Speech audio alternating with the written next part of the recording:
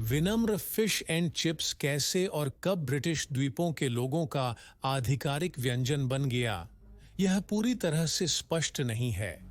लेकिन यह झात है कि 20वीं सदी के पहले आधे में यह ब्रिटिश बन गया था, जैसे क्रिकेट और शाही परिवार।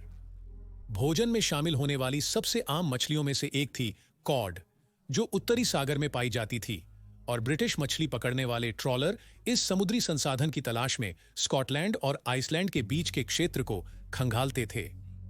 हालांकि 20वीं सदी के मध्य तक इस निर्दोष मछली की खोज ने कई कूटनीतिक संकटों और कभी-कभी तूफानी रणनीतिक रूप से महत्वपूर्ण उत्तरी जल में टकरावों को जन्म दिया, जो अगर सही तरीके से प्रबंधित नहीं किए गए तो नियंत्रण से बाहर हो सकते थे और संभवतः महाशक्तियों को भी खींच सकते थे।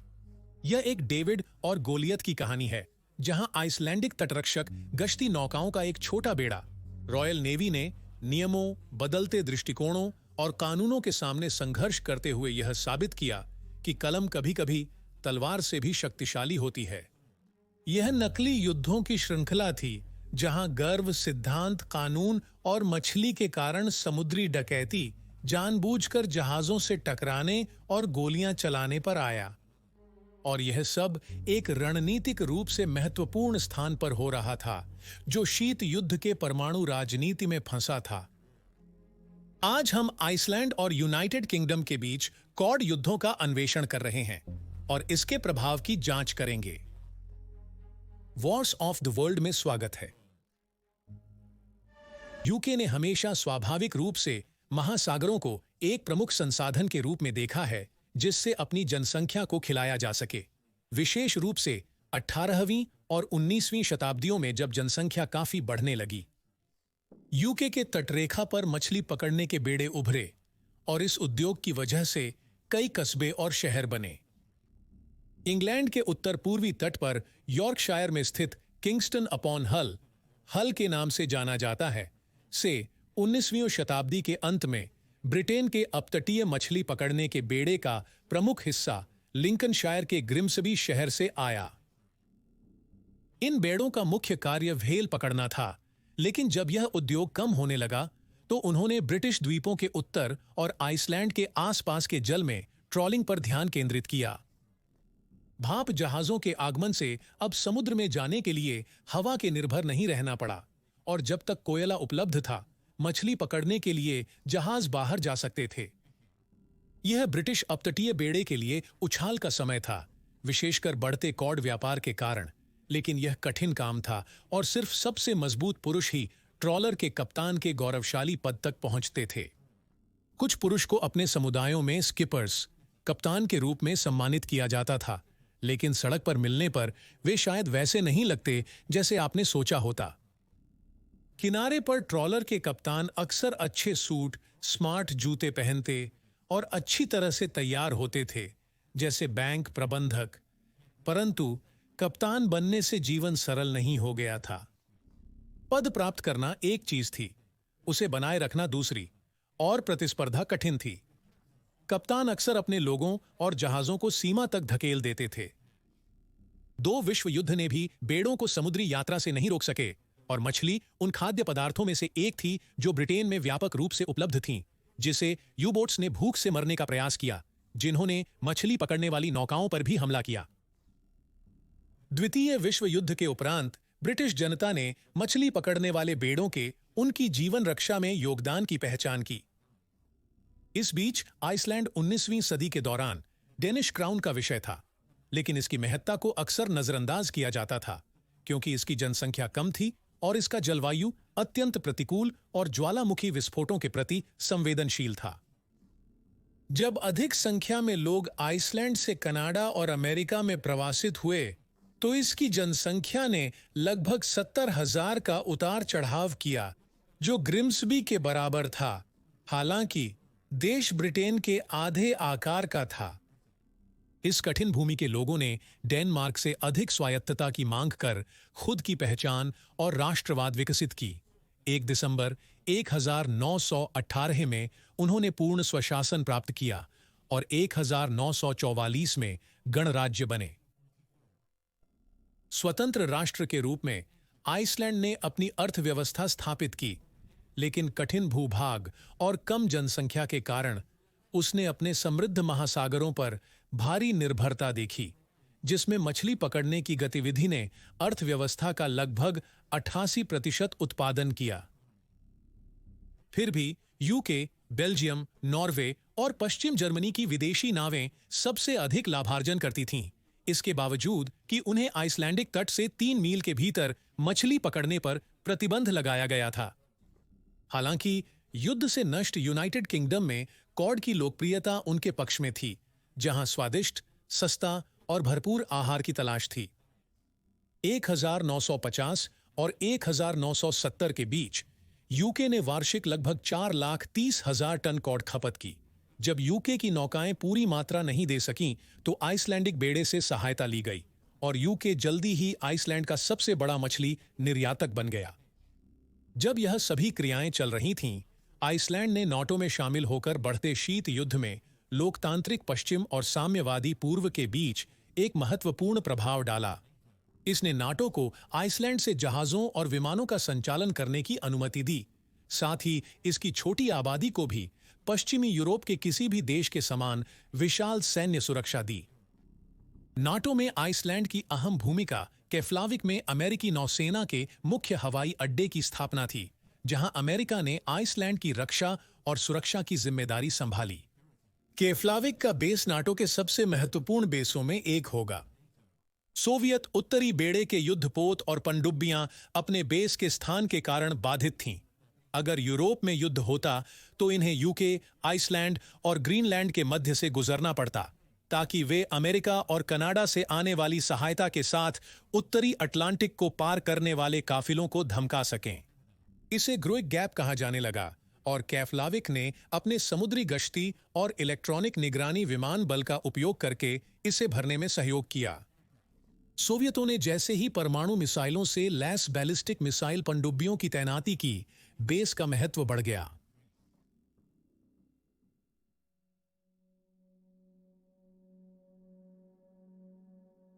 मछली पकड़ने के अधिकारों का मुद्दा न सिर्फ आइसलैंड के लिए बल्कि पूरे यूरोप में एक बढ़ती हुई संवेदनशील विषय बन रहा था। 1940 के दशक के अंत में यूके ने नॉर्वे के साथ नॉर्वेजियन तट की मछली पकड़ने के अधिकारों पर विवाद में खुद को पाया, जिसमें अंतर्राष्ट्रीय न्यायालय ने नॉर्वे का समर्थन किया।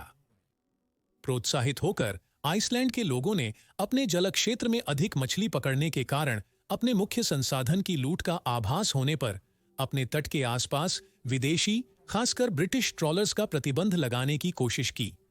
यह सिर्फ इस भय से प्रेरित था कि अगर ब्रिटिश और कुछ अन्य यूरोपीय देश बड़ी मात्रा में मछली का शिकार करते रहे, तो खासकर कॉड मछली की संख्या समाप्त हो जाएगी, जो आइसलैंड की अर्थव्यवस्था के लिए हानिकारक होगी। 3 मील की सीमा के बावजूद डेनमार्क और यूके के बीच समझौता, जब आइसलैंड डेनिश भूमि थी, ब्रिटिश ट्रॉलरों को तूफानों से शरण लेने और उनके मछली पकड़ने के उपकरण को सुरक्षित रखने की अनुमति देता था। इसका मतलब था कि सबसे खराब मौसम में ट्रॉलर घर लौटने और ईंधन और मछली पकड़ने की कमी से होने वाले खर्चों से बच जाते थे। आइसलैंडिक ने इस समझौते को अमान्य घोषित किया, जो एक अन्य देश ने किया था, और उन्होंने मछली पकड़ने की सीमा को 3 से 4 मील बढ़ाने की योजना बनाई। यह नई सीमा 15 मई 1952 को लागू हुई। इसने ब्रिटिश ट्रॉलर बेड़े पर पकड़ के मामले पर ज्यादा प्रभाव नहीं डाला, पर नई आइसलैंडिक स्थिति ने उन्हें तूफानों के समय आश्रय लेने से रोक दिया। सैकड़ों ब्रिटिश ट्रॉलरों के झंडे आधे मस्तूल पर उतारे गए और यह दिन मछली पकड़ने के लिए ब्लैक थर्सडे के नाम से जाना जाने लगा। सार्वजनिक गुस्से ने ब्रिटिश सरकार को आइसलैंड के साथ विवाद सुलझाने के लिए वार्ताओं में शामिल होने पर मजबूर कर दिया। वार्ताएं निष्प्रभावी रहने पर ब्रिटिशों ने आइसलैंडिक मछली के यूके आयात पर प्रतिबंध लगा दिया, आइसलैंड की अर्थव्यवस्था को नुकसान पहुंचाने और उन्हें पुराने शर्तों पर लौटने के लिए मजबूर करने की आशा करते हुए। आइसलैंड के लोग इससे नाराज थे, क्योंकि अनसुलझा इसे आइसलैंड की अर्थव्यवस्था को क्षति पहुंचा सकता था। यहीं पर व्यापक विश्व दृष्टिकोण ने भूमिका निभाई और संतुलन को यूके के पक्ष से दूर कर दिया। जबकि दुनिया का अधिकांश हिस्सा इसे एक साधारण कानूनी विवाद से अधिक कुछ नहीं मान रहा था, सोवियत संघ ने आइसलैंड सरकार के साथ संबंध सुधारने का अवसर देखा, जो लंबे समय में नाटो के प्रभाव को कमजोर कर सकता था, शायद केफ्लाविक एयरबेस के बंद होने तक भी।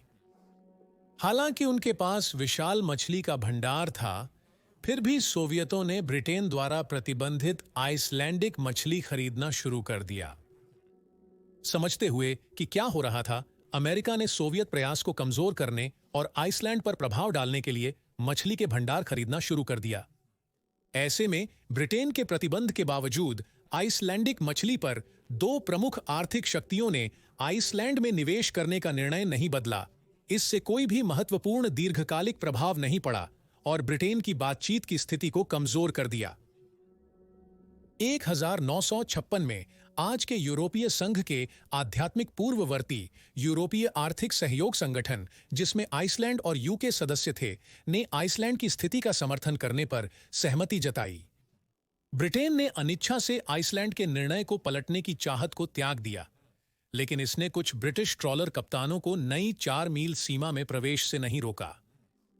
सीमाओं में पकड़े गए ट्रॉलरों पर लगे प्रारंभिक दंड हमेशा सफल पकड़ के पुरस्कारों से संतुलित नहीं होते थे, जिससे ब्रिटिश ट्रॉलरमैन और आइसलैंडिक कोस्ट गार्ड के बीच बिल्ली चूहे का खेल शुरू हुआ। इसने आइसलैंडिक सरकार को और भी क्रोधित किया, जिसने घुसपैठ को नकारते हुए और नई 4 मील सीमा के प्रवर्तन के लिए जुर्माने को वित्त पोषण के रूप में बढ़ाना शुरू कर दिया। हालांकि पूरे मामले को कॉर्ड युद्धों में से एक नहीं माना जाता है, यह उन असाधारण घटनाओं का स्वाद प्रदान करेगा जो होने वाली थीं।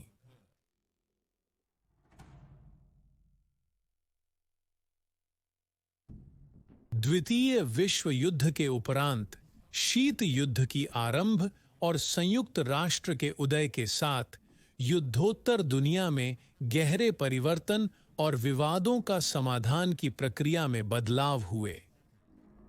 समुद्रों के बढ़ते उपयोग और दोहन से यह और अधिक स्पष्ट नहीं था।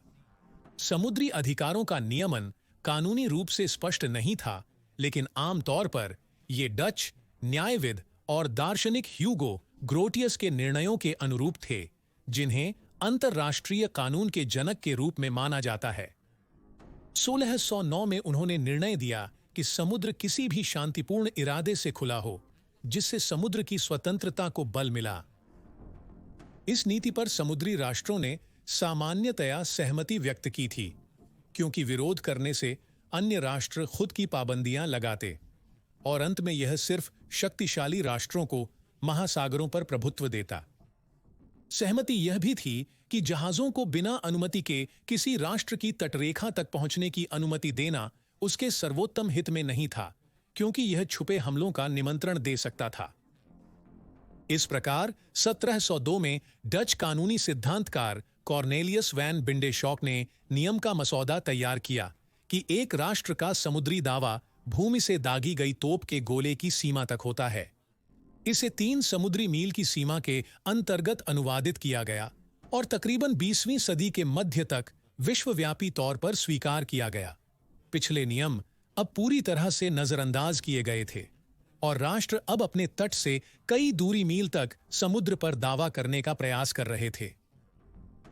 1958 में ऐसे क्षेत्रीय दावों के खतरों को पहचानते हुए संयुक्त राष्ट्र ने पहले समुद्र कानून सम्मेलन की अध्यक्षता की, जिसमें इस विस्तार की सीमाएं तय की गई थीं और आइसलैंड भी भाग ले रहा था।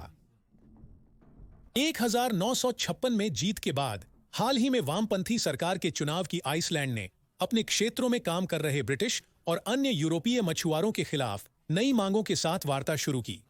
वे एक आर्थिक बहिष्करण क्षेत्र बनाना चाहते थे, जो अब विदेशी मछली पकड़ने वाले जहाजों को अपने तट से 19.3 किलोमीटर के भीतर चलने से रोकेगा, जो 200% बढ़ोतरी है। पिछली सीमा पर सहमत होने के बाद यूके सरकार और उनके मछली पकड़ने वाले बेड़े नाराज हुए और इन मांगों की अनदेखी कर दी। संयुक्त राष्ट्र ने कई मुद्दों, जिसमें आइसलैंड का विस्तार भी शामिल था, पर एक ठोस निष्कर्ष पर पहुंचने में असमर्थ रहा और इसलिए 1 सितंबर 1956 की मध्यरात्रि को आइसलैंड सरकार ने अंतर्राष्ट्रीय समुदाय के दृष्टिकोण की परवाह किए बिना 12 मील सीमा कानून बना दिया। आइसलैंड के इस कदम की निंदा व्यापक थी और यूके जैसे देशों से अपेक्षित विरोध के साथ साथ कई नाटो देशों ने भी आइसलैंड के दावे पर अपनी असहमति व्यक्त की। रेक्जाविक की सरकार ने जोर दिया और चेतावनी दी कि 19.3 किलोमीटर की तटरेखा से भीतर किसी गैर आइसलैंडिक मछली पकड़ने वाले जहाज को जब्त किया जाएगा, कप्तानों पर जुर्माना लगेगा या उन्हें जेल भेजा जाएगा।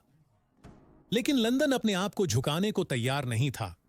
आइसलैंड के दावे को अंतर्राष्ट्रीय कानून की उल्लंघना और ब्रिटिश ट्रॉलर का ऐतिहासिक दावा मानते हुए, इस प्रकार दोनों पक्ष कूटनीतिक समाधान की खोज में जब थे, लंदन ने अपने ट्रॉलर को पिछले 4 मील की सीमा तक मछली पकड़ने से रोकने का इनकार कर दिया। आइसलैंडिक कोस्ट गार्ड को नए ईजेड को लागू करने के लिए 6 छोटी गनबोट्स और एक पीबीवाई कैटालिना फ्लाइंग बोट से लैस किया गया था और उन्हें ब्रिटिश ट्रॉलर की संख्या के मुकाबले कई गुना अधिक का सामना करना पड़ता। लेकिन उनका विश्वास था कि शुरुआती मजबूत प्रदर्शन से अन्य नावें उनकी नई सीमाओं में मछली पकड़ने से हतोत्साहित होंगी। आइसलैंडिक कोस्ट गार्ड ने ब्रिटिश ट्रॉलर स्किपर्स, जिनमें से अधिकांश युद्ध के वीर थे और जर्मन यू बोट्स से मुकाबला किया था, के संकल्प की प्रशंसा नहीं की। साथ ही उन्हें अपने ट्रॉलर बेड़े में स्थिति बनाए रखने की चुनौती भी थी, जिसके लिए मछली घर लाने की अच्छी प्रतिष्ठा की जरूरत थी। इसलिए कई ब्रिटिश स्किपर्स ने वर्तमान राजनीतिक संकट को अपने नाम बनाने और करियर सुरक्षित करने का माध्यम माना, अपनी नावों को नई सीमाओं में लेकर कॉड मछली की खोज में। इसलिए आइसलैंडिक कोस्ट गार्ड ने ब्रिटिश ट्रॉलरों के खिलाफ कार्रवाई की। जब उन्होंने उन्हें रेडियो पर बुलाया और अपनी पहचान बताने और बंदरगाह में उनका पालन करने की मांग की, तो उन्हें रेडियो पर शोरगुल वाला जवाब मिला। ब्रिटिश ट्रॉलर क्रूज ने जवाब में रेडियो पर रूल्ड ब्रिटानिया और land of hope and glory की रिकॉर्डिंग्स बजाईं और अपनी मछली पकड़ने की गतिविधि जारी रखी। आइसलैंडिक कोस्ट गार्ड ने ट्रॉलरों पर चढ़ाई शुरू करके उन्हें बंदरगाह में जब्त कर लिया।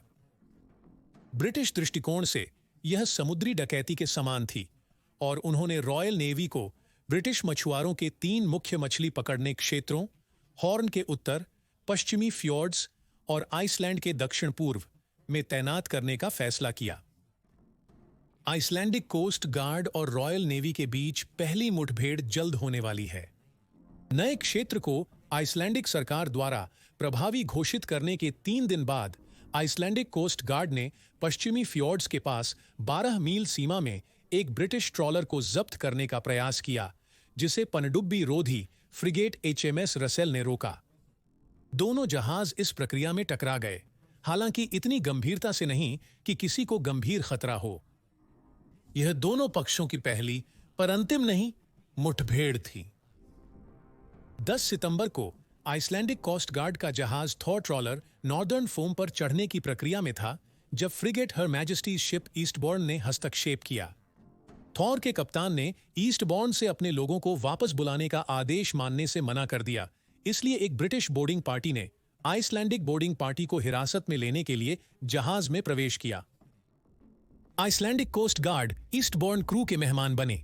दोनों क्रू सौहार्दपूर्ण रहे जब ब्रिटिश युद्धपोत उन्हें केफ्लाविक में अमेरिकियों को सौंपने के लिए चले गए।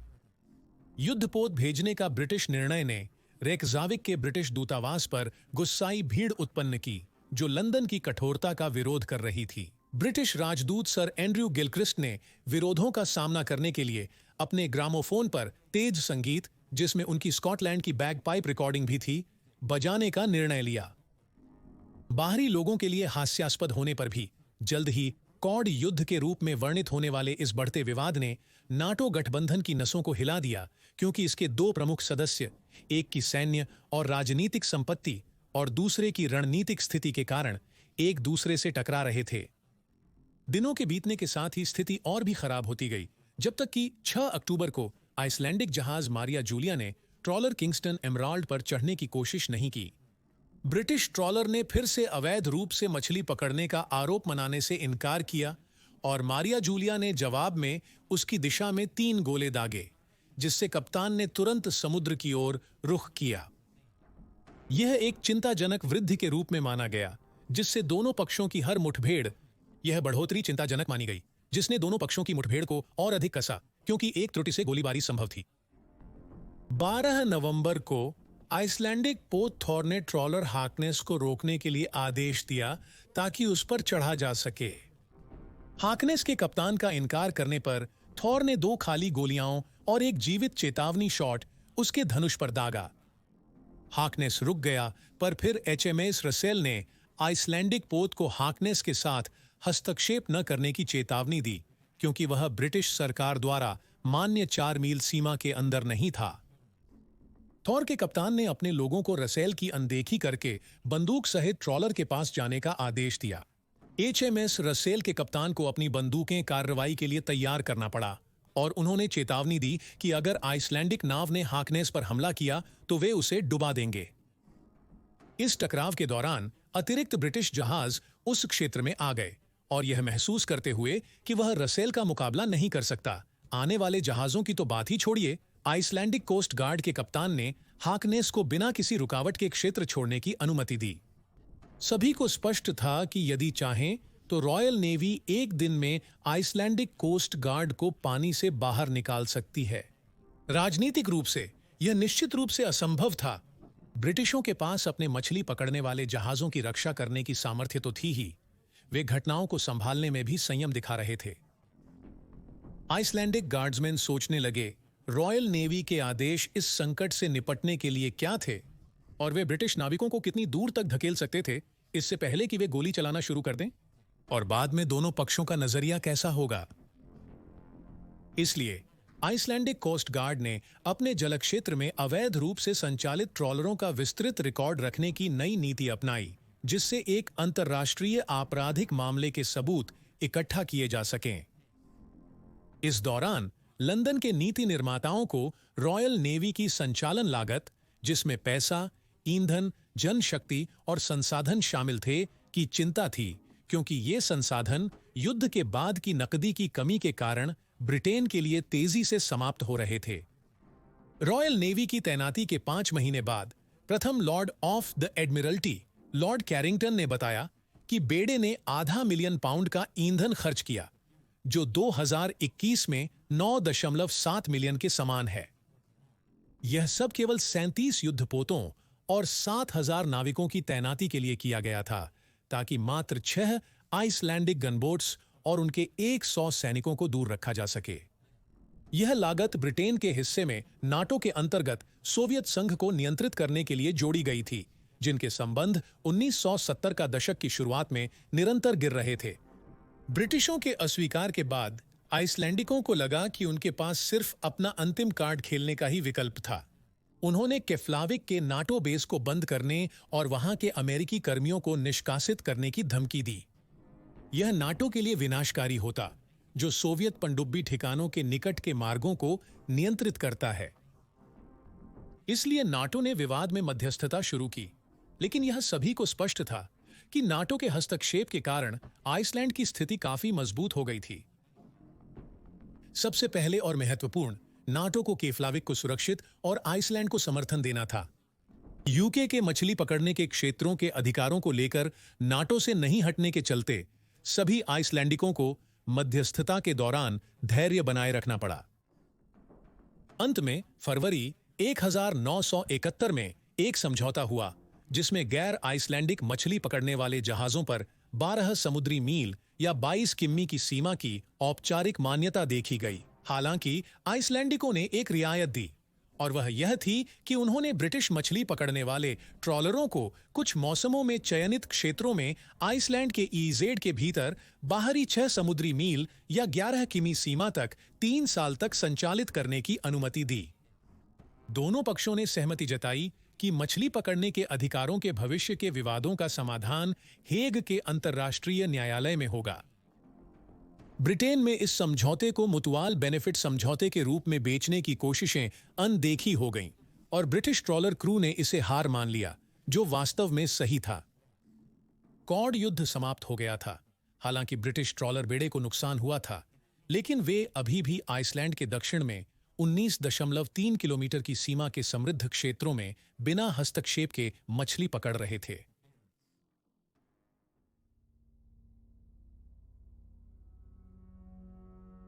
1960 के दशक में ब्रिटेन की मुख्य चिंताएं शीत युद्ध, द्वितीय विश्व युद्ध की आर्थिक पुनर्प्राप्ति और उत्तरी आयरलैंड की बढ़ती समस्याएं थीं। बीच में ब्रिटिश मछुआरे कॉड युद्ध के नुकसान के कड़वाहट को महसूस कर रहे थे, लेकिन अधिकतर अब 12 मील की सीमा के बाहर रहने से संतुष्ट थे।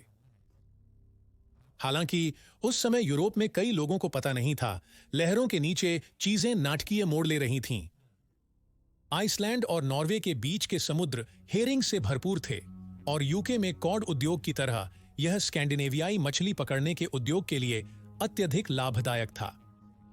स्कैंडिनेवियाई मछली पकड़ने वाली नौकाओं की प्रभावशीलता नई तकनीकों द्वारा बहुत बढ़ गई थी, जो न केवल उन्हें सोनार का उपयोग करके पानी के नीचे बड़ी मात्रा में हेरिंग को ट्रैक करने की अनुमति देती थीं, जिससे वे अपने शिकार को पकड़ सकते थे, बल्कि फैक्ट्री जहाजों का उपयोग करके समुद्र में ही उन्हें संसाधित भी कर सकते थे, जिससे पकड़ की गुणवत्ता में सुधार हुआ और बाजार में लाने का समय बढ़ गया।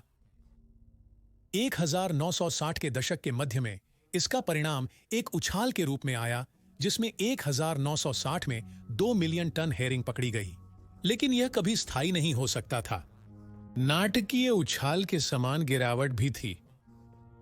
हेरिंग की आबादी को इस तरह से नष्ट किया जा रहा था कि प्रजातियों को पुनः आबाद करने के लिए पर्याप्त परिपक्व मछलियां कम थीं और संख्या गिर गई।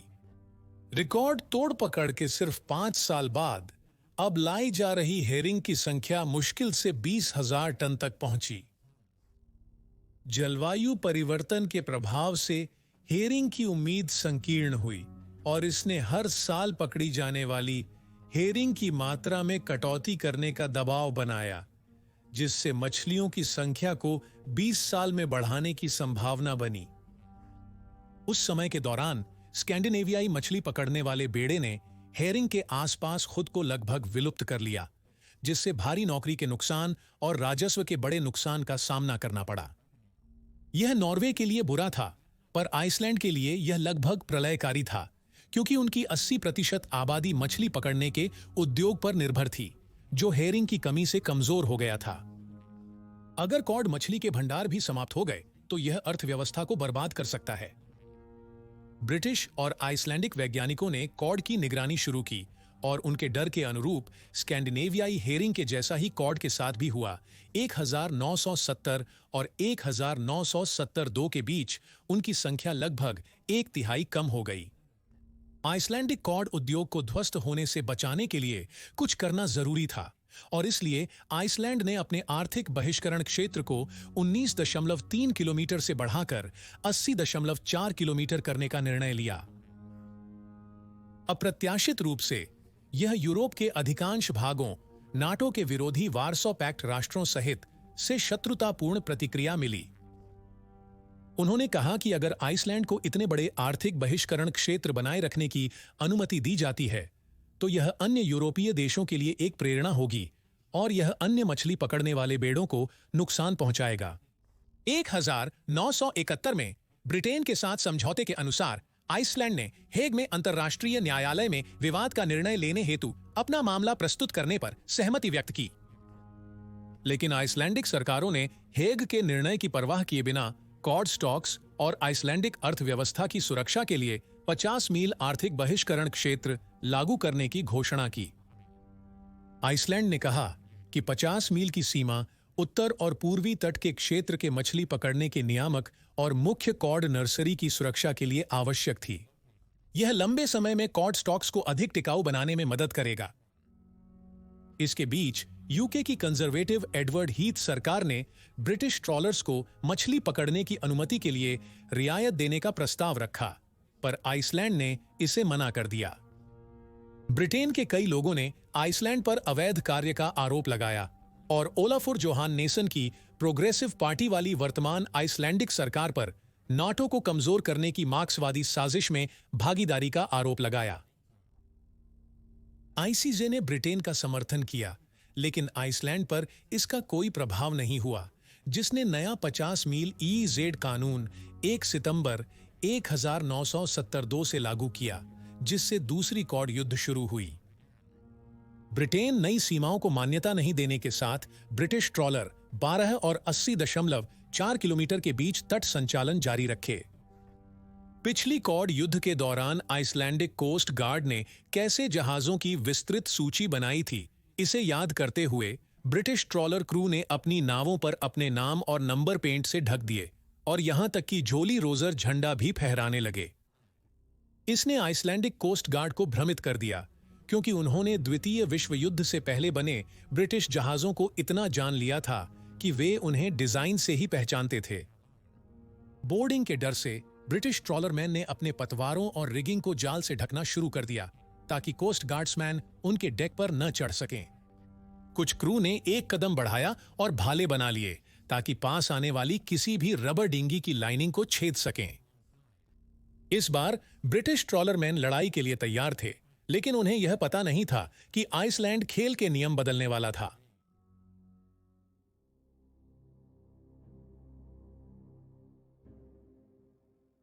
ब्रिटेन अकेला नहीं था जिसे नए सीमा ने प्रभावित किया। पश्चिम जर्मनी ने 1 सितंबर को अपने क्षेत्र में काम कर रहे ट्रॉलरों की सुरक्षा के लिए 3 महासागरगामी टगबोट तैनात किए।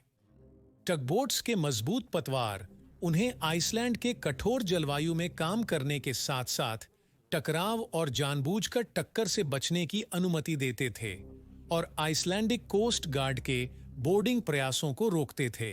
उन्हें युद्धपोत भेजने की तुलना में अधिक राजनीतिक स्वीकार्य माना गया। ब्रिटिश मछली पकड़ने वाली कंपनियों ने, जो नावों के मालिक थे, सुरक्षा की मांग की, परंतु लंदन अभी भी डिप्लोमेटिक समाधान की आशा कर रहा है।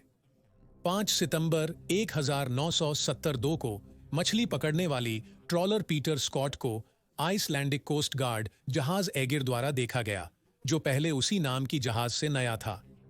पीटर स्कॉट के चालक दल ने आइसलैंडिक कोस्ट गार्ड के जहाज पर चढ़ने की उम्मीद करते हुए देखा कि एगिर उनके पीछे पानी में एक तार खींचते हुए चल रहा था। अचानक उनके पीछे जाल के तारों का तनाव खो गया और उन्हें लगा कि उन्होंने अपनी पकड़ खो दी है। आइसलैंडिक कोस्ट गार्ड ने पहली बार अपने नए ईजेड को लागू करने के लिए अपने अंतिम हथियार नेट कट्टर का उपयोग किया था। पीटर स्कॉट के चालक दल उनकी पकड़ के कमी, महंगे जालों के नुकसान और जालों की मरम्मत और पुनर्स्थापना के लिए समय की वजह से समुद्र में अतिरिक्त समय बिताने से बहुत गुस्से में थे। उन्होंने रेडियो पर गालियां दी, फिर कोस्ट गार्ड के जहाज के पास आकर वहां जो भी था फेंकने लगे, एक फायर एक्स तक। आइसलैंडिक सरकार ने नेट कट्टर का उपयोग अपने आर्थिक बहिष्करण क्षेत्र को लागू करने के लिए आदर्श माना, पर बिना बोर्डिंग पार्टी के ट्रॉलर को जब्त करने या उस पर गोली चलाने के खतरों के चलते इसके उपयोग की व्यापक निंदा हुई, और वो न केवल आर्थिक आधार पर। जाल खींचने के तारों में इतनी तनाव थी कि ट्रॉलर्स डर गए कि कटा हुआ तार वापस आकर डेक पर किसी मछुआरे को गंभीर रूप से घायल कर देगा। यह डर 25 नवंबर 1972 को सच हो गया, जब आइसलैंडिक कोस्ट गार्ड ने वेस्ट जर्मन ट्रॉलर एर्लिंगेन के जाल काट दिए। बोर्ड पर एक क्रू सदस्य तार से टकरा गया, जिससे उसकी खोपड़ी में फ्रैक्चर हो गया। आइसलैंडिक कोस्ट गार्ड ने कहा कि ऐसी घटनाएं अनोखी होती हैं और जाल को इतना नीचे काटना समुद्री पानी केबल की वापसी ऊर्जा को कम कर देगा। अगर यह पर्याप्त नहीं था तो उन्होंने यह भी जोड़ा कि आइसलैंडिक कानून के तहत उन्हें वहां मछली पकड़नी ही नहीं चाहिए थी। आने वाले महीनों में आइसलैंडिक कोस्ट गार्ड ने विदेशी मछली पकड़ने वाले जहाजों से 88 जाल काटे, अकेले जनवरी 1973 में एक ही दिन में 18। ब्रिटिश ट्रॉलरमैन अब ब्रिटिश सरकार की सुस्त प्रतिक्रिया से आइसलैंडिक कोस्ट गार्ड के जाल काटने के बराबर नाराज थे। समुद्र में जाने की धमकी देने के बाद, जो हीथ सरकार के लिए राजनीतिक और आर्थिक तौर पर भारी होती, ट्रॉलरों के लिए सुरक्षा बल तैयार किया गया। ट्रॉलरमैन फ्रिगेट्स चाहते थे, उन्हें बजाय टगबोट्स मिले। लॉयड्समैन और स्टेट्समैन 2 बड़े टगबोट्स थे जिन्हें आइसलैंडिक कोस्ट गार्ड दिखाई देने पर ब्रिटिश ट्रॉलर के जाल को काटने का काम सौंपा गया था। टगबोट्स 2 महीने की गश्त पर चलते थे, स्कॉटलैंड के ग्रीनॉक में क्रू बदलते थे, फिर ट्रॉलर्स के साथ वापस निकलते थे। लॉयड्समैन अपनी प्रभावशालिता के बावजूद ब्रिटेन के सबसे बड़े टगबोट्स थे, परंतु ब्रिटिश ट्रॉलरमैन इनकी प्रभावशीलता पर संदेह था।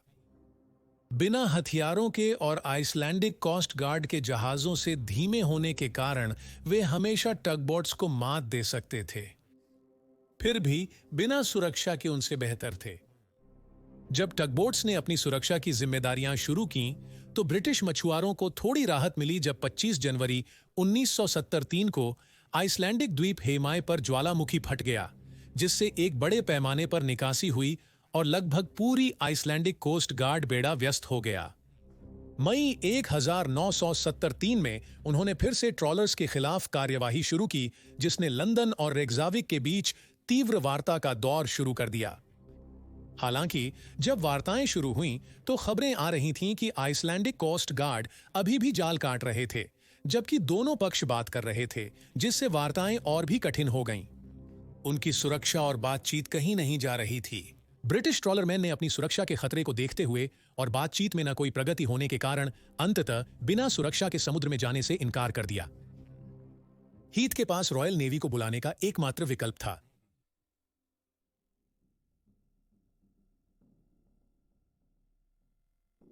23 मई 1973 को operation Dewey 3 British frigates Cleopatra, Lincoln और प्लायमाउथ के साथ शुरू हुआ, जो विवादित क्षेत्र में ब्रिटिश ट्रॉलर्स की रक्षा के आदेश के साथ प्रवेश कर रहे थे। हालांकि उन्हें यह कैसे करना था, यह हमेशा स्पष्ट नहीं था। फ्रिगेट्स अपनी स्थिति बनाते थे ताकि आइसलैंडिक तट पर उनके ट्रॉलर्स के नेट कटर को तैनात करने से रोक सकें। यदि आइसलैंडिक कप्तान साहसी होता, तो कभी कभी वह अपना रास्ता बना लेता, क्योंकि ब्रिटिश कप्तानों को पहले टक्कर मारने की अनुमति नहीं थी। ब्रिटिश युद्धपोतों का डिजाइन सोवियत पनडुब्बियों के खिलाफ उनके पतले पतवारों के साथ था, न कि मजबूत गनबोट्स के खिलाफ।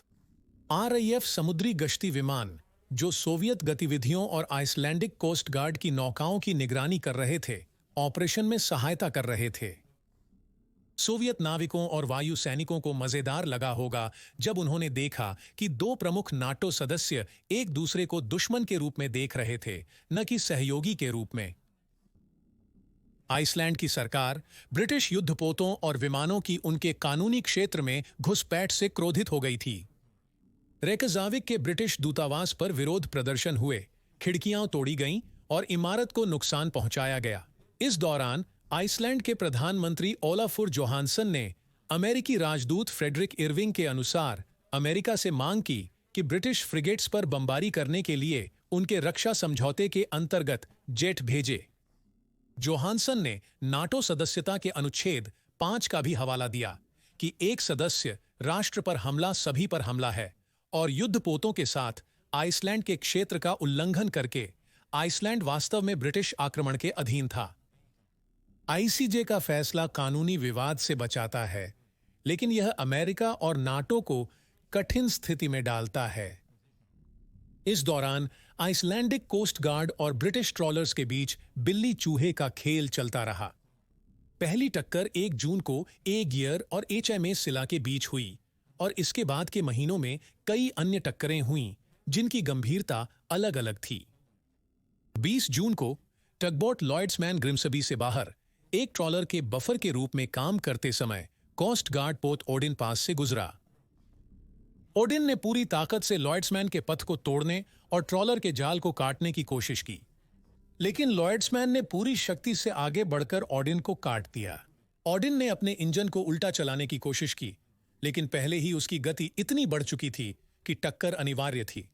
उसने ब्रिटिश सुपरटग के स्टारबोर्ड साइड को टक्कर मार दी। लॉयड्समैन को ओडिन की तुलना में कम नुकसान हुआ था, लेकिन स्थिति और भी खतरनाक होने वाली थी, क्योंकि ओडिन ने अपनी बंदूकें लोड कर ली थीं और लॉयड्समैन पर गोली चलाने की धमकी देने लगा। यह केवल एक ब्रिटिश फ्रिगेट के आगमन से ही हुआ कि ओडिन को पीछे हटने के लिए मजबूर होना पड़ा। बढ़ते संकट को रोकने के प्रयास में 16 सितंबर 1973 को नाटो के महासचिव जोसेफ लंड्स को समाधान खोजने के प्रयास में रेकजाविक की यात्रा करने के लिए मजबूर होना पड़ा। आइसलैंड के लोगों ने उन्हें शत्रुतापूर्ण स्वागत दिया। वे नाटो द्वारा ब्रिटेन के युद्धपोतों को विवादित क्षेत्र से वापस न लेने पर निराश थे। इस घटना ने राष्ट्रवाद और देशभक्ति को उकसाया और आइसलैंड के केफ्लाविक बेस की बंदिश और नाटो से बाहर निकलने की मांग बढ़ी, क्योंकि सदस्यता सिर्फ विदेशी हितों की प्रतीत हो रही थी।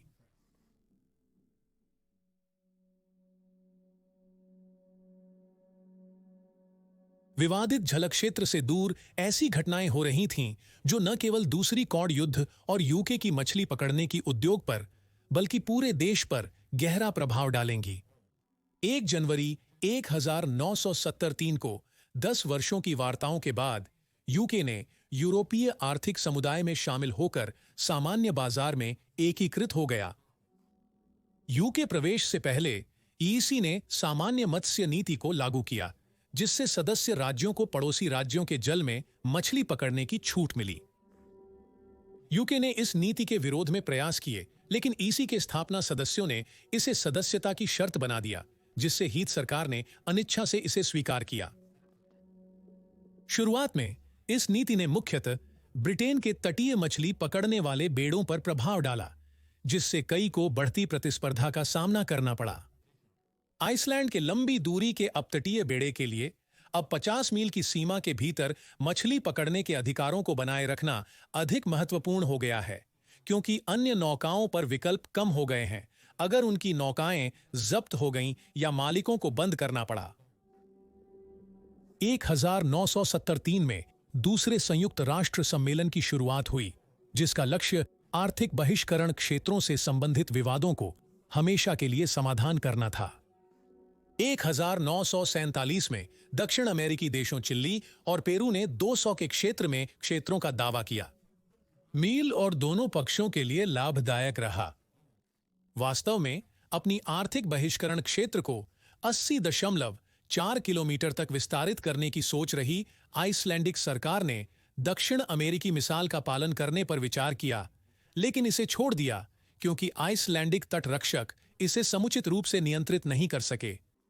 सम्मेलन की शुरुआत में कई देश 160.9 किलोमीटर की सार्वभौमिक सीमा का समर्थन कर रहे थे, जिसका दूसरे कॉड युद्ध पर बड़ा प्रभाव पड़ता।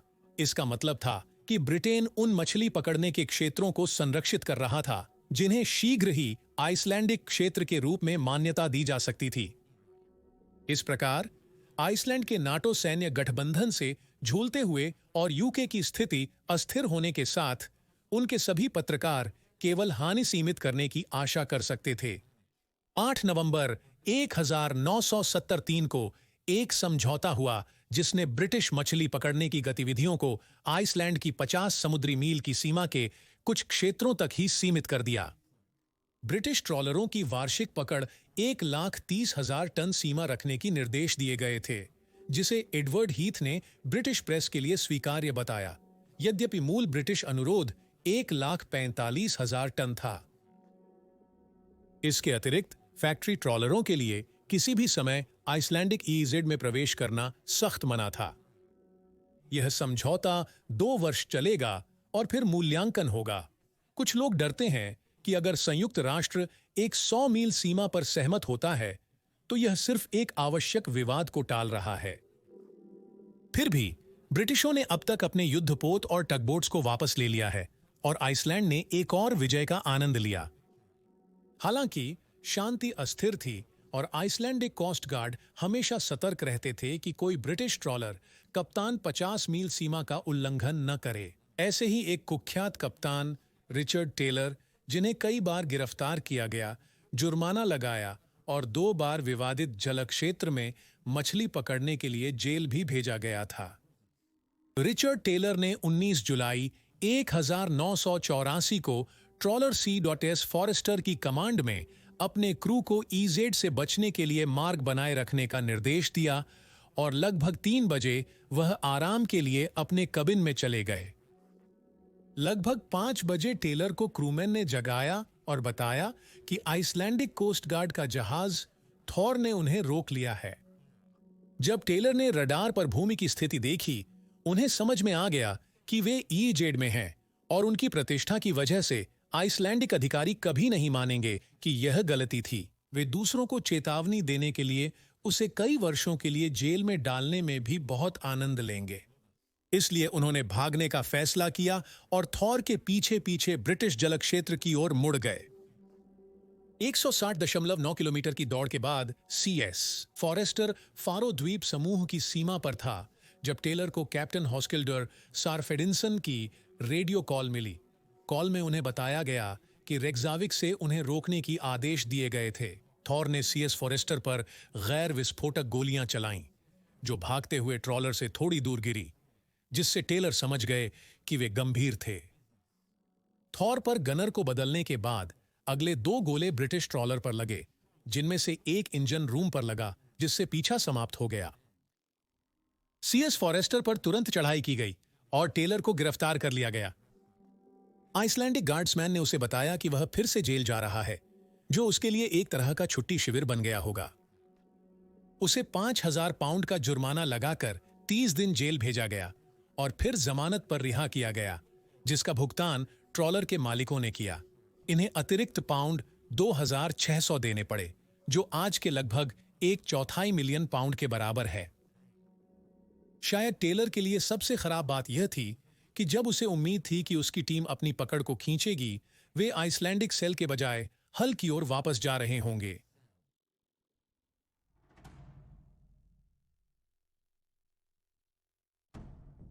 लग रहा था इतिहास दोहराने के लिए अभिशप्त है। यूके के साथ 2 साल के समझौते के समाप्त होने के समय आइसलैंडिक सरकार ने महत्वपूर्ण मछली पकड़ने उद्योग के भविष्य पर चर्चा की आरंभ की। सरकार की वे आवाजें जो 1972 में 321.877 किलोमीटर की ईजेड सीमा बढ़ाने की मांग कर रही थीं, इसे फिर से लागू करने का दावा कर रही हैं, यह कहते हुए कि ब्रिटेन और यूरोप के पास इसे स्वीकार करने का कोई विकल्प नहीं होगा, जैसा कि पहले किया गया था। इस प्रकार 15 जुलाई 1925 को उन्होंने दुनिया को अपनी ईजेड को फिर से बढ़ाने के इरादे की घोषणा की। एक बार फिर मछली के भंडार के संरक्षण को कारण बताया गया, लेकिन कुछ आइसलैंडिक वैज्ञानिकों ने तर्क दिया कि इस संदर्भ में 50 मील की सीमा अधिक महत्वपूर्ण थी, क्योंकि इस क्षेत्र में कॉड नर्सरी थीं, जिससे यूरोप में आइसलैंडिक सोवियत संघ के साथ मिलीभगत के ब्रिटिश षड्यंत्र सिद्धांतों को और बढ़ावा मिला। इस बीच अन्य लोगों ने आइसलैंड को देखा, जो 1973 के तेल संकट के बाद पश्चिमी अर्थव्यवस्थाओं का नुकसान करने वाली वैश्विक मंदी से बचने का प्रयास कर रहा था, उत्तरी सागर के कॉड बाजार की सुरक्षा करके। 200 मील की सीमा ब्रिटेन के अपतटीय मछली पकड़ने के लिए नकारात्मक होगी। हाल ही में हैरोल्ड विल्सन की लेबर सरकार और कई यूरोपीय देशों ने इसका विरोध किया। हालांकि पहले की तरह आइसलैंडिक कानों पर कोई प्रभाव नहीं पड़ा और 13 नवंबर 1945 के पिछले समझौते के समाप्त होने के बाद ब्रिटिश ट्रॉलर एक बार फिर आइसलैंडिक गनबोट्स और नेट कटरों के हमले में फंसे।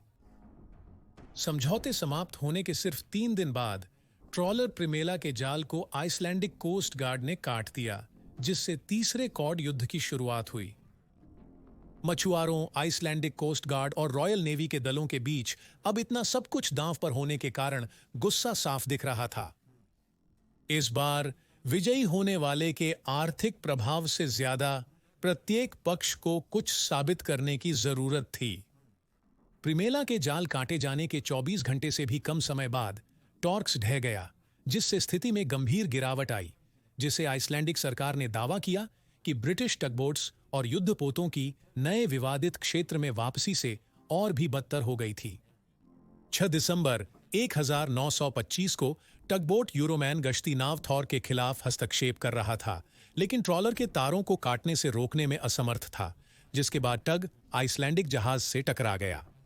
इसे आइसलैंड द्वारा जानबूझकर किया गया काम माना गया और थॉर कुछ दिनों में ही फिर से क्षति पहुंची, इस बार ब्रिटिश युद्धपोत HMS फॉलमाउथ के साथ 11 दिसंबर 1975 को, जो पूरे विवाद की सबसे विवादास्पद स्थिति बनी। जब दोनों देशों के वरिष्ठ राजनयिक ब्रुसेल्स में एक नाटो शिखर सम्मेलन में थे, 3 ब्रिटिश जहाज लॉयड्समैन टग, टेल रिग आपूर्ति पोत स्टार एक्वेरियस और उसकी बहन जहाज स्टार पोलारिस सभी आइसलैंडिक क्षेत्रीय जल के अंदर एक फोर्स 9 तूफान से शरण ले रहे थे। ये जहाज पहले ब्रिटिश ट्रॉलर बेड़े का समर्थन करते थे, पर अब नहीं कर रहे थे। आगे क्या हुआ का विवरण अलग अलग है, ये उस पर निर्भर करता है कि कौन बता रहा है। आइसलैंडिक विवरणानुसार थॉर को जहाजों की जांच के लिए कहा गया था और जैसे ही उन्हें पहचाना गया, उन्हें तुरंत आइसलैंडिक जलक्षेत्र छोड़ने को कहा गया। ब्रिटिश जहाजों ने शुरू में थॉर के एस्कॉर्ट में पालन किया, लेकिन थोड़ी देर बाद स्टार एक्वेरियस अचानक मुड़ा और गनबोट को टक्कर मार दी। थॉर ने तेजी से भागने की कोशिश की, पर लॉयड्समैन ने उसे रोक दिया, छोटे गनबोट को टक्कर मारकर नुकसान पहुंचा दिया। ब्रिटिश जाल में फंसे होने का अनुभव करते हुए आइसलैंडिक ने स्टार एक्वेरियस पर आत्मरक्षा के लिए फायर किया, जिससे टग को पीछे हटना पड़ा और घायल थॉर ने भाग जाने का अवसर प्राप्त किया। ब्रिटिश विवरणों ने इस संस्करण का विरोध किया, जिन्होंने यह कहा कि आइसलैंडिक कोस्ट गार्ड ने मौके पर पहुंचकर धमकी दी कि अगर जहाज ने आत्मसमर्पण नहीं किया तो उन्हें गोलीबारी करनी पड़ेगी। ब्रिटिशों ने इनकार किया और जब वे क्षेत्र से बाहर जा रहे थे, थॉर के चालक ने स्टार एक्वेरियस पर चढ़ने का प्रयास किया, लेकिन लॉयड्समैन ने उन्हें रोका, जिससे टक्कर हुई और फिर थॉर ने अपनी बंदूक चलाई। यह स्पष्ट नहीं है कि किस ब्रिटिश टगबोट को दागी गई गोला लगी। कुछ आइसलैंडिक विवरण के अनुसार यह लॉयड्समैन था, न कि स्टार एक्वेरियस। फिर भी दोनों पक्षों ने एक दूसरे को घटना का दोषी माना और ऐसे में तनाव बढ़ गया। यह वार्ता को और अधिक कठिन बना दिया, खासकर ब्रिटिश की स्थिति पहले से कमजोर थी, जबकि पश्चिम जर्मनी ने विवादित क्षेत्र में अपनी पकड़ सीमित करने की सहमति दी थी। यूके ने 1,10,000 टन की सीमा के लिए वार्ता की, लेकिन समुद्री घटनाओं को ध्यान में रखते हुए आइसलैंडिक ने 65,000 से अधिक को स्वीकार करने से मना कर दिया। जनवरी में मरम्मत किए गए थॉर ने फिर ब्रिटिश जहाजों के साथ टकराव में हिस्सा लिया, कुछ अनहोनी और कुछ जानबूझकर, और बाद में दोनों पक्षों ने दूसरे को दोषी माना। विरोधी दलों के खिलाफ माहौल था। कभी कभी विवाद व्यक्तिगत हो जाता था। रॉयल नेवी और आइसलैंडिक कोस्ट गार्ड के कप्तानों के बीच रेडियो पर गर्मागर्म बहस होती थी। कुछ आइसलैंडिक कप्तानों ने स्वीकार किया कि उन्होंने अपने जाल काटने या ट्रॉलरों पर चढ़ने की कोशिशों को ब्रिटिश युद्धपोतों के पारंपरिक भोजन के समय के साथ मिलाया, ब्रिटिश दलों को परेशान करने के लिए। आइसलैंडिक कोस्ट गार्ड ने फ्रिगेट्स और ट्रॉलरों के बीच रेडियो प्रसारण रिकॉर्ड किए और बाद में ट्रॉलर कप्तानों को भ्रमित करने के लिए उनका उपयोग किया। कुछ तटरक्षक जहाजों में उभारों को भी जोड़ा गया था, जिसे ब्रिटिश टिन ओपनर्स के नाम से जाना जाता था। ये ब्रिटिश फ्रिगेट के कमजोर पतवारों को नुकसान पहुंचाने के लिए तैयार किए गए थे, लेकिन ज्यादातर मामलों में छोटे आइसलैंडिक नावें टकराव से ज्यादा नुकसान हो जाती थीं।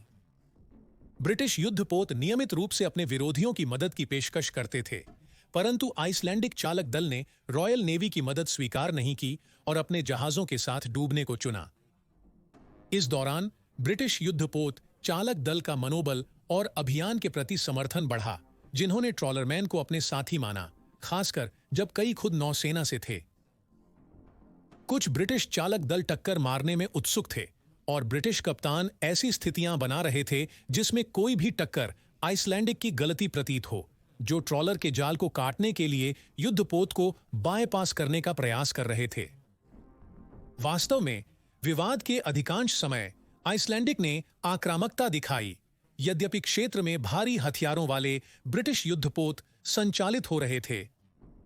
12 फरवरी 1976 को तीसरे कॉड युद्ध में हर मैजेस्टीज शिप डायोमीड और आइसलैंडिक कोस्ट गार्ड जहाज बॉल्डर की एक विशिष्ट लड़ाई हुई, जिसमें डायोमीडी बॉल्डर को अवरुद्ध करने का प्रयास करते हुए उससे टकरा गया और दोनों जहाज एक दूसरे को छोड़ने के लिए तैयार नहीं थे। बॉल्डर के कप्तान हॉस्किल्दुर स्जाफेडिन्सन, जिन्हें ब्रिटिशों द्वारा एक आक्रामक कप्तान के रूप में मान्यता प्राप्त थी, ने डायोमीडी के चालक दल को निराश नहीं किया और 20 बार युद्धपोत को बायपास करने के साथ ही पास में चल रहे ट्रॉलरों के जाल काटने का प्रयास किया।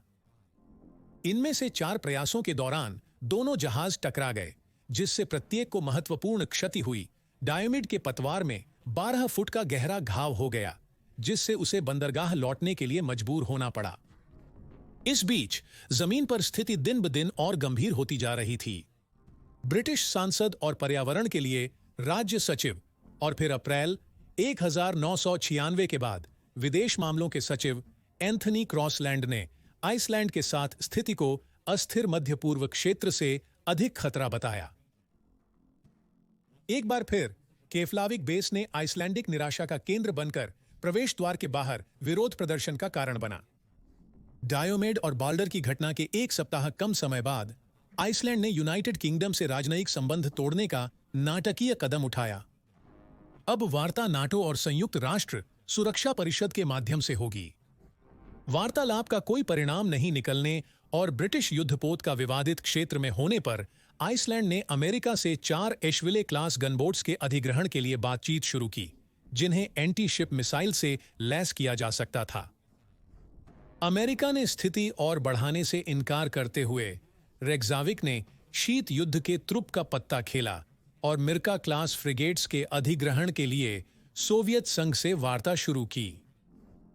आइसलैंडिक व्यक्तियों की गंभीरता के प्रति अधिग्रहण और उनके अधिग्रहित होने पर उनका उपयोग कैसे होता, यह विवादास्पद विषय है। हालांकि जो निश्चित है वह यह है कि सोवियत उपकरणों को एक नाटो सहयोगी द्वारा दूसरे सदस्य के जहाजों के खिलाफ खरीदे जाने और उपयोग किए जाने के विचार ने संभावित वैश्विक प्रभाव डाले और समाधान खोजने के लिए कूटनीतिक प्रयास को बढ़ावा दिया। यूके में राजनेता पहले से ही तीसरे कॉड युद्ध की आर्थिक और राजनीतिक लागत से निराश हो रहे थे। 1973 की मंदी के बाद अर्थव्यवस्था पर हिट हुए लेबर सरकार ने सैन्य कटौती की, पर युद्धपोतों की तैनाती के लिए धन जुटाया। उस धन में आइसलैंडिक गनबोट्स से टकराव के बाद जहाजों की मरम्मत भी शामिल थी। इसके साथ साथ संयुक्त राष्ट्र का समुद्री कानून सम्मेलन चल रहा था, जिसमें 321.877 किलोमीटर को एक राष्ट्र के आर्थिक बहिष्करण क्षेत्र की सीमा के रूप में स्वीकार करने का विचार हो रहा था। इस प्रकार एक बार फिर यूके उन मछली पकड़ने के क्षेत्रों को बनाए रखने के लिए लड़ रहा था जो कुछ ही वर्षों में अंतर्राष्ट्रीय कानून द्वारा आइसलैंड के हो जाएंगे। सिद्धांत के रूप में लड़ाई जारी रखना भी ब्रिटेन की प्रतिष्ठा को नुकसान पहुंचा रहा था। स्कॉटलैंड के उत्तरी तेल और गैस भंडार के कारण यूके 321.877 किलोमीटर आर्थिक बहिष्करण क्षेत्र से लाभ उठाने में तैयार था।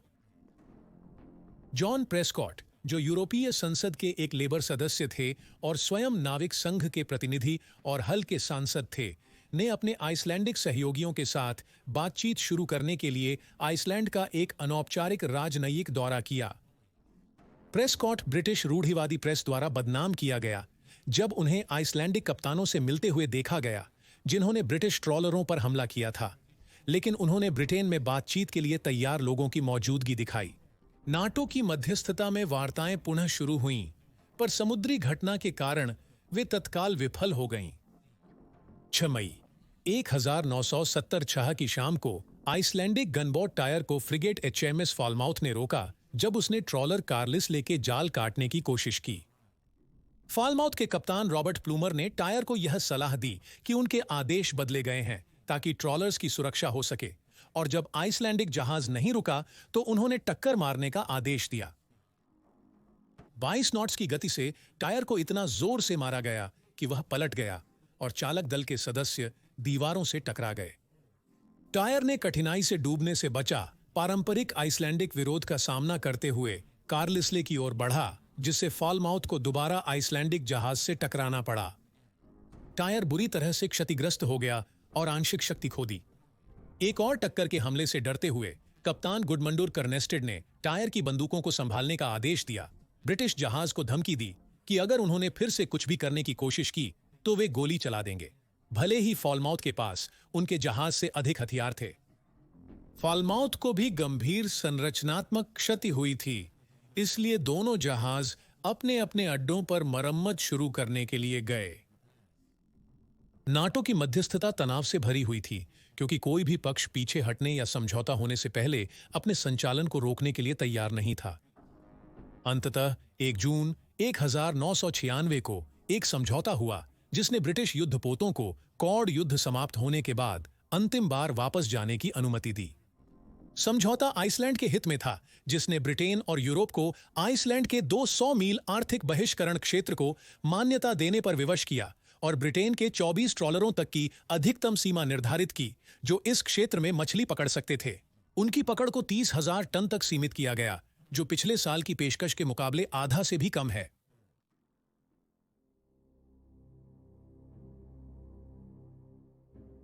कोड युद्ध ने ब्रिटिश मछली पकड़ने के बेड़े को नष्ट किया और यूरोपीय आर्थिक समुदाय सदस्यों द्वारा यूरोपीय संघ और सामान्य मत्स्य नीति में हुए परिवर्तनों ने ब्रिटेन के उद्योग को और भी अधिक कमजोर किया।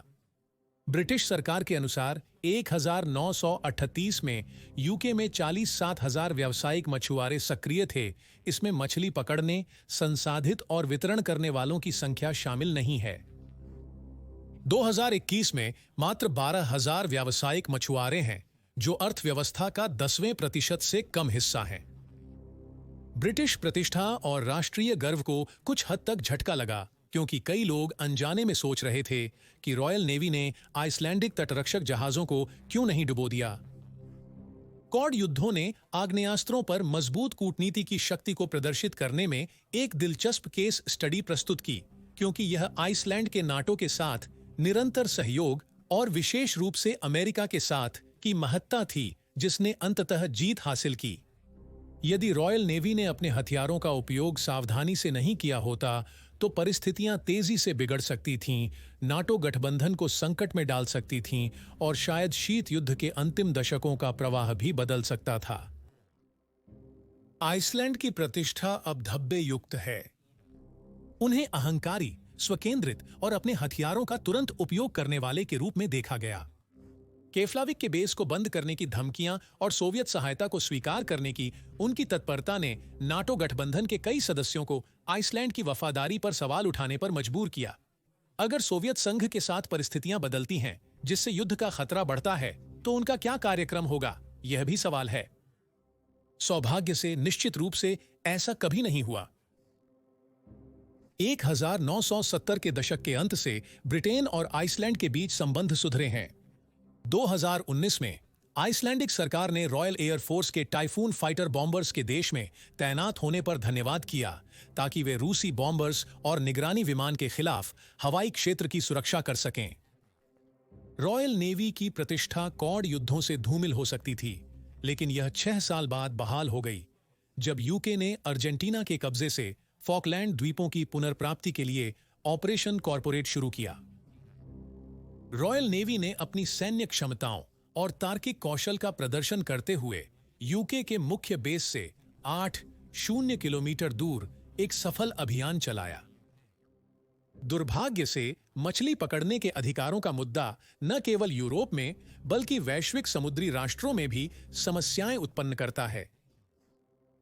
1999 में ब्रिटिश गश्ती नौकाओं और फ्रांसीसी मछुआरों के बीच इंग्लिश चैनल में मछली पकड़ने के अधिकारों पर कई बार टकराव हुआ। 1990 के दशक में कनाडाई जलक्षेत्र में स्पेनिश जहाजों द्वारा हलिबट और टरबोट मछली पकड़ने के लिए कनाडा और स्पेन के बीच विवाद हुआ। इसे बाद में टरबोट युद्ध के नाम से जाना गया। यद्यपि यह कॉड युद्ध के तुलना में कम नाटकीय था, कनाडाई जहाजों ने चेतावनी के लिए गोलियां चलाईं। यूके ने यूरोपीय संघ छोड़ने के बाद मछली पकड़ने के अधिकारों का मुद्दा ब्रेक्सिट वार्ताओं में गर्म विषय बन गया है। समय ही यह निर्धारित करेगा कि यूके और ईयू के बीच भविष्य के व्यापार संबंध कैसे प्रभावित होंगे और इन समझौतों का परिणाम क्या होगा।